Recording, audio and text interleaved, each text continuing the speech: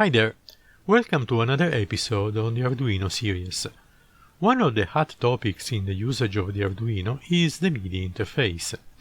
A simple Arduino Uno allows for creating all kinds of MIDI applications using the MIDI standard, and that because the Arduino can easily understand and generate all the signals coming in and out of the classic 5-pin MIDI connectors with the help of a few extra components. There are several other videos out there that extensively describe this kind of circuits and software, and so I'm not bothering you in replicating the same information. Today, however, I would like to spend some words on the USB MIDI interface, very different in functionality from the standard MIDI interface. This topic is less understood in the community, and there are several examples out there that are not clearly explained and cause frustration in those people that try to replicate them. In this video, we will go through enough details on the topic that will allow you to build a device called a MIDI host, able to receive, understand and interpret all sorts of MIDI messages. Let's begin!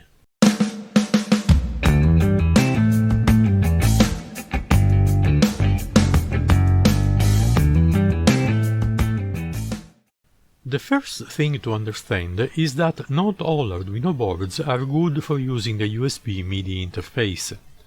The only boards that can be used are those that have the intrinsic capability of using a USB port for scopes different than uploading the program to the Arduino or communicating through the serial monitor protocol.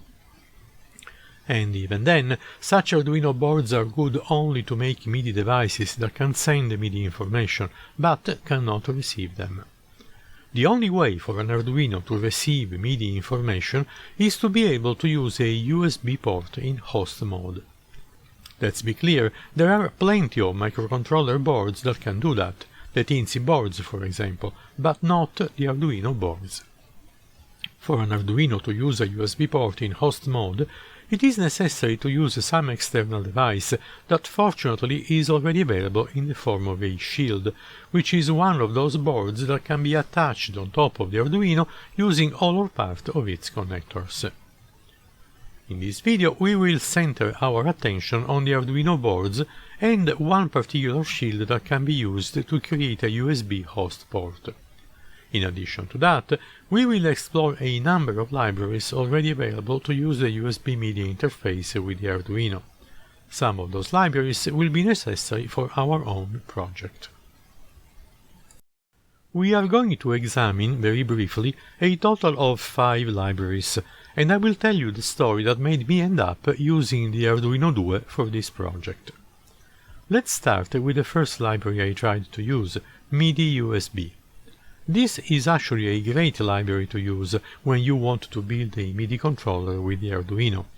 All the functions to output MIDI messages work just fine. The problem comes when we want to read MIDI messages. According to the Arduino reference, this library is compatible with AVR, SEM and SAMD architectures. Still, the Arduino Uno is erroneously mentioned in the compatibility list. While trying to build an example from this library using the Arduino Uno, the build fails miserably with an error stating that the library can only be used with boards that have an USB MCU. Trying with an Arduino Due, I was able to build the examples, but that when I realized I could write on the USB port, but I could not read. At least not using the native USB port available on the board. The second library I tried was the one called USB MIDI. According to the references, this one is only compatible with the AVR architecture. Well, at least this time the build against the Arduino Uno works. But what USB port am I supposed to use? The only USB port on the Arduino Uno is the one to upload the code and to connect with the serial monitor, so there is no other port available for MIDI. Am I supposed to use a shield? Probably, but then I got another problem. The library used with a shield would not work in concert with the USB MIDI library. Unfortunately, the two libraries are not meant to work together as far as I understand with the sparse documentation I found. However, there is yet another library that I could use with a USB shield. It's called UHS2 MIDI library. This library seems to be compatible with all architectures. It is needed to work along with the USB host shield library 2.0 and with the Arduino MIDI library, yet two more libraries that I haven't tried yet. Well, at the end everything seems to build fine. However, trying to build against the Arduino Mega 2560, the code builds. It can also be uploaded to Arduino Mega, but then it doesn't work. It cannot read incoming MIDI messages. After a lot of research on the possible causes for the problem, I found out that the only way to make this work is by using an Arduino Due. With that, I was able to make everything work. I was able to send MIDI messages to the Arduino from an AKAI LPD8, and I was able to display the message contents on the serial monitor. Success! Well, don't go try that yet. First, finish to watch this video, because there are still some details you have to know about, otherwise you won't succeed. Let's go through the whole procedure step by step. It's not going to take long, I promise.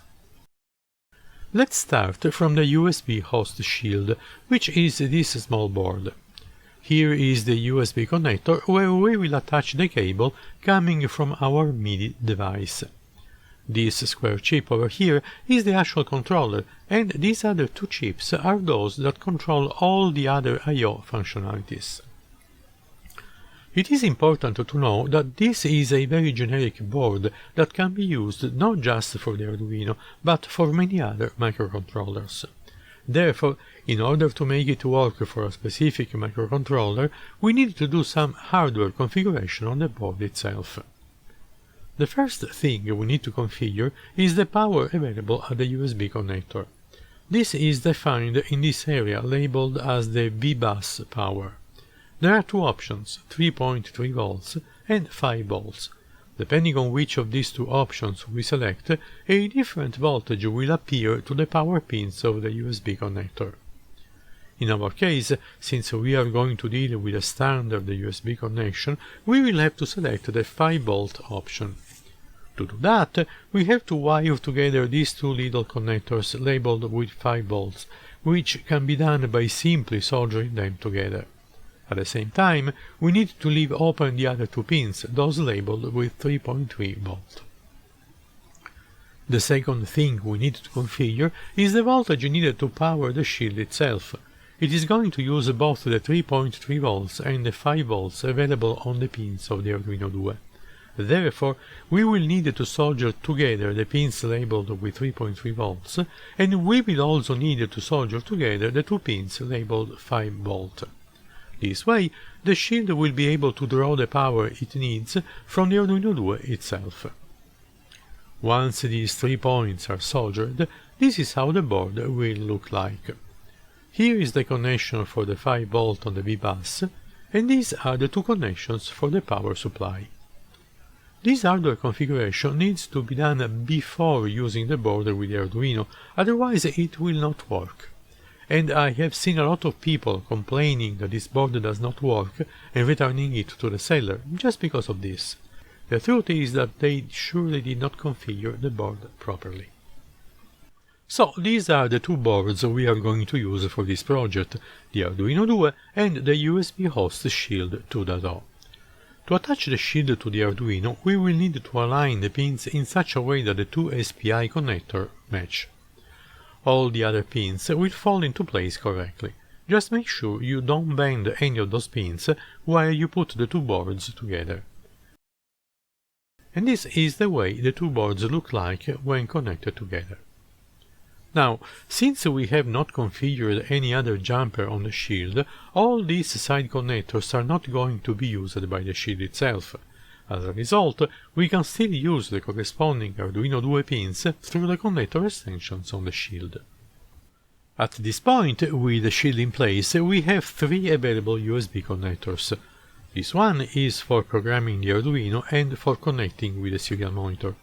This one is the so-called native USB port, which we can still use in case we want to use the Arduino also as a device, like a MIDI controller. And finally, this USB connector is the one we will be using for the host functionality. Let's now take a look at the sketch that I created to read incoming MIDI messages and display them on the serial monitor.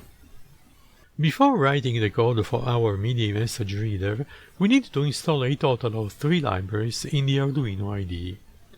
To do so, start the library manager and search for the first of these libraries, UHS2-MIDI.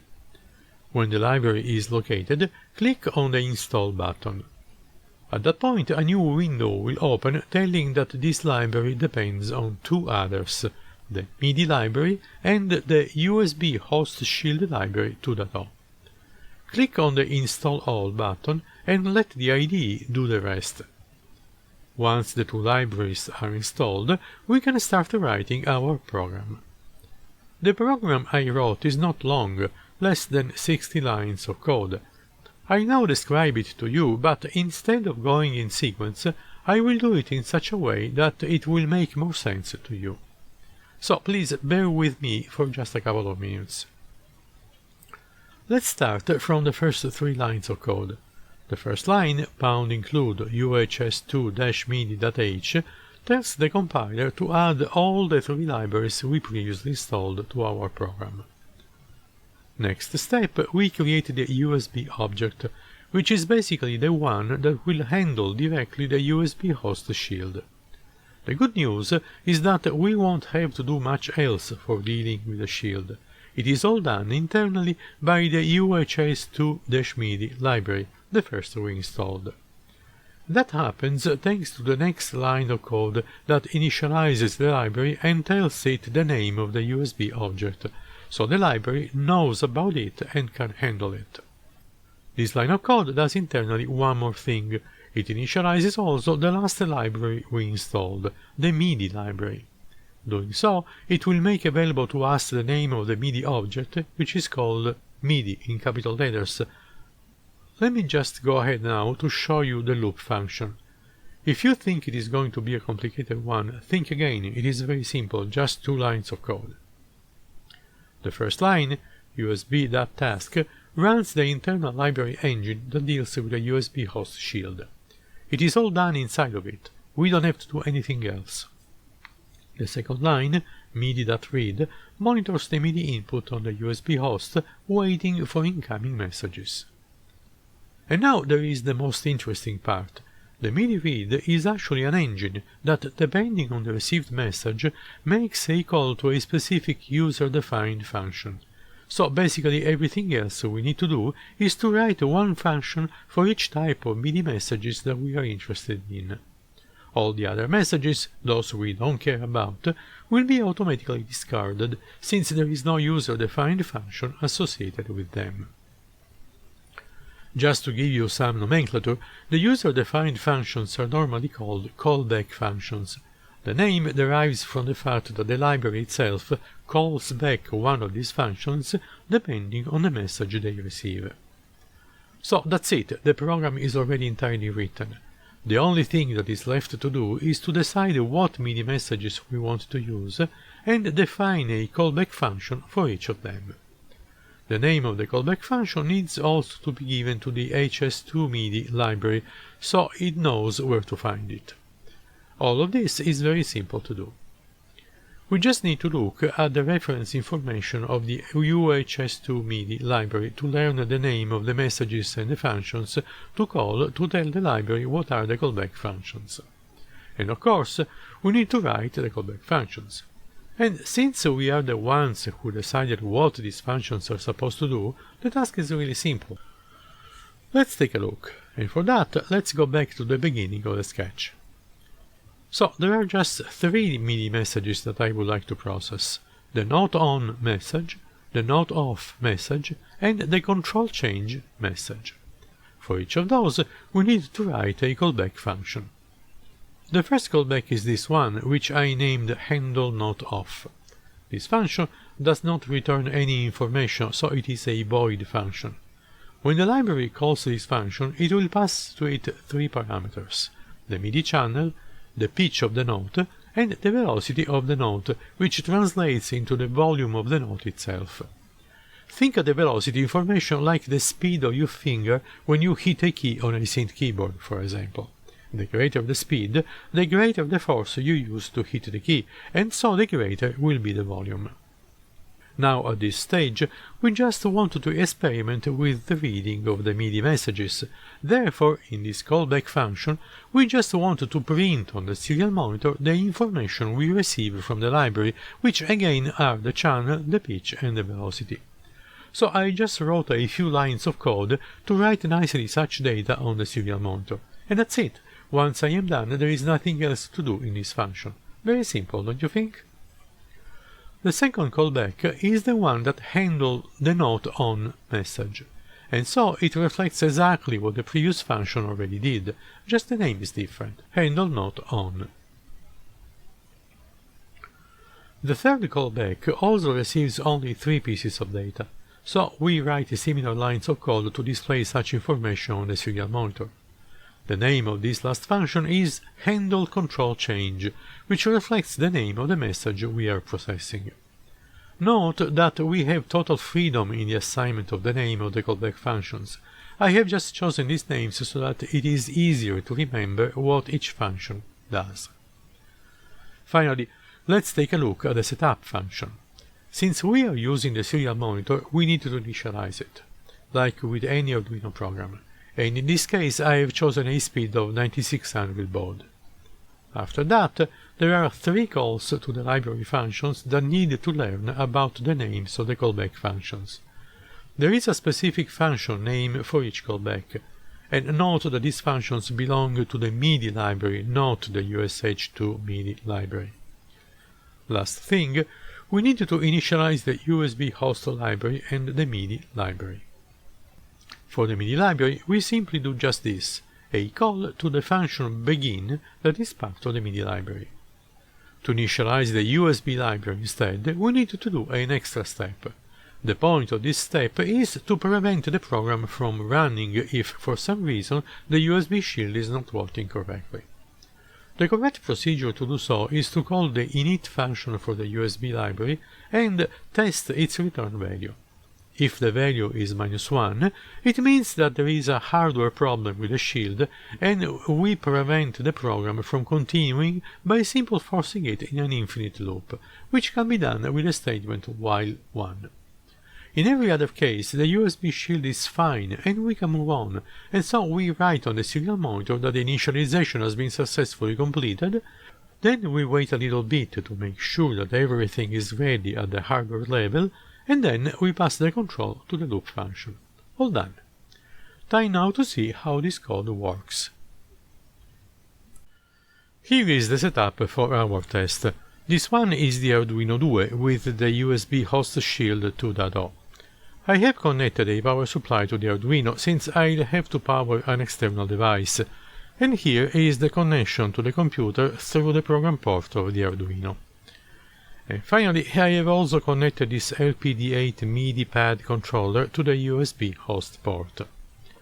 Here is the computer with the code to execute, and so let's start by compiling it. And now let's upload the code to the Arduino 2. Starting the serial monitor, and that is telling us that the code on the Arduino has already completed the initialization.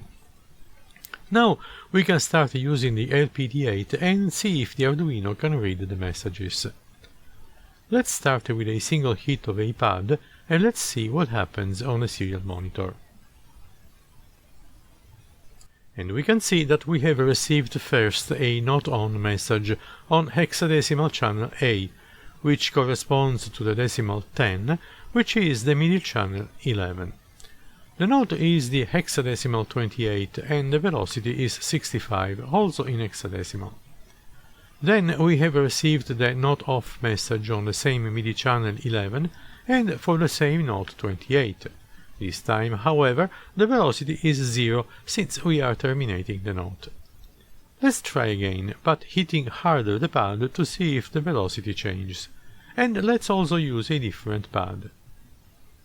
And look, this time the channel is still the same, since the device sending the messages is still the same, but the note is different. It is now a 29, which makes sense since I hit the pad immediately on the right side of the previous one, which was a 28.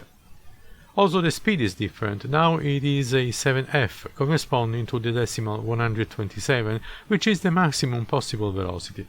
And that makes sense again, since I hit the pad very hard. And the not off message again has a speed set to 0 as expected. Let's play with the pads quickly now to see if the corresponding messages are all detected by the Arduino.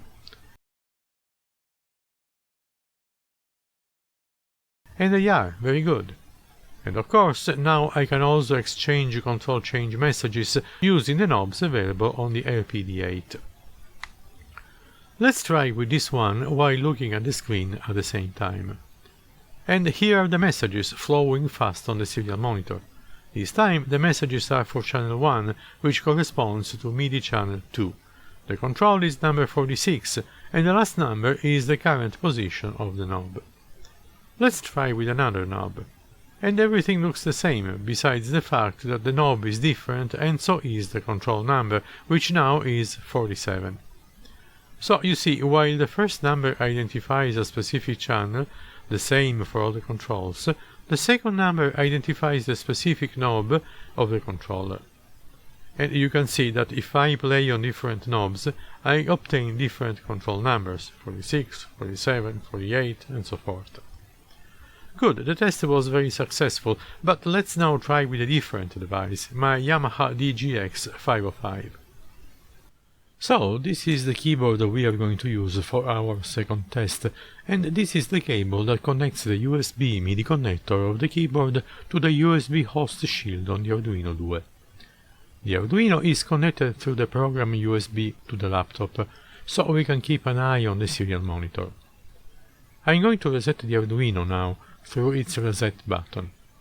And here we can see the output of initialization complete generated at the end of the setup function. I am now hitting the middle C on the keyboard, and there it is, we have a not on and a not off messages with the information about the note I played on the keyboard. Trying again, pushing harder, and you can see that the velocity has increased. Now pushing the same key again, this time however I am not releasing it right away, and in fact there is no not off message yet. Now releasing the key, and here comes the not off message. It seems like all the messages are received and interpreted correctly. Let me just play a few keys now. And yes, all the messages are there again.